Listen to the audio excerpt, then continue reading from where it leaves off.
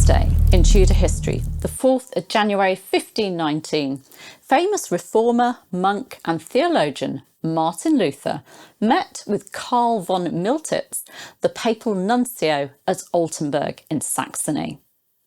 Protestant Martin Luther, a former Augustinian friar, had become disillusioned with the church, which he saw as corrupt, believing that it had strayed from what he believed to be the foundational principles of Christianity.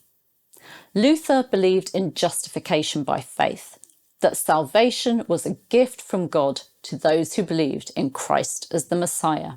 In 1517, Luther sent his bishop a copy of his 95 Theses, a list of propositions for debate, which included his attack on the selling of papal indulgences.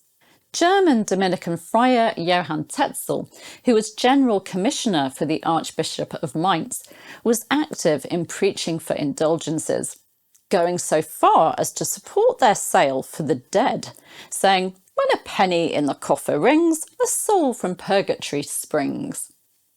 His preaching in Wittenberg provoked Luther to write his 95 Theses, which are seen as the catalyst of the European Reformation.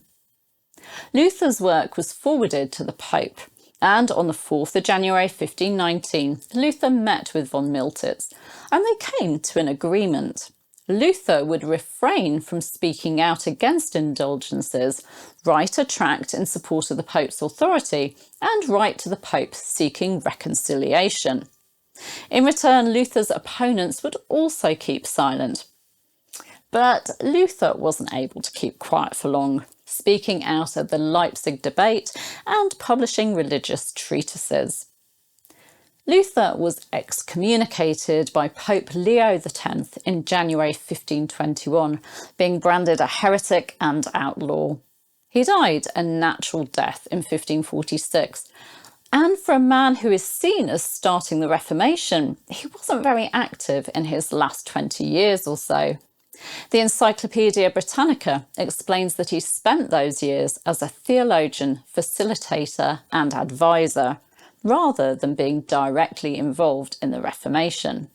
Of course, Martin Luther has gone down in history as one of the most influential figures in the history of Christianity due to his role in the Reformation, which saw the founding of Protestant denominations of Christianity. He also promoted the use of vernacular languages. But there is a darker side to Luther and his legacy. Sadly, in his later years, as the Encyclopaedia Britannica notes, he became, and I quote, irascible, dogmatic and insecure, and his tone became strident and shrill.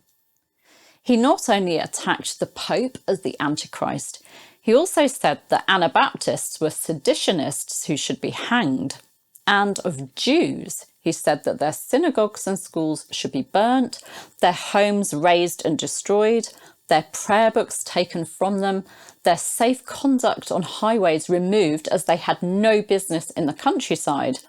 And he recommended that, if we are afraid that they might harm us or our wives, children, servants, cattle, etc., that they should be ejected from the country forever, as had happened in other countries.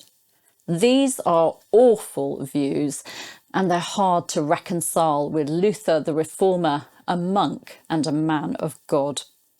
His anti-Semitic works, which include On the Jews and Their Lies and Warning Against the Jews, have certainly marred his legacy. And many historians believe that Luther's views contributed to the Nazi Party's actions against the Jews in the 1930s and 40s. Some of these actions having the support of some German Protestant clergy and theologians. Luther certainly has a very mixed legacy. But I'll leave you with a couple of Luther quotes. The first one, "Here I stand, I can do no other." And the second one, "A mighty fortress is our God, a bulwark never failing." And I'll give you a link to my more detailed video on Luther's 95 Theses in the description. I'll be back tomorrow with more Tudor history. See you then. Bye-bye.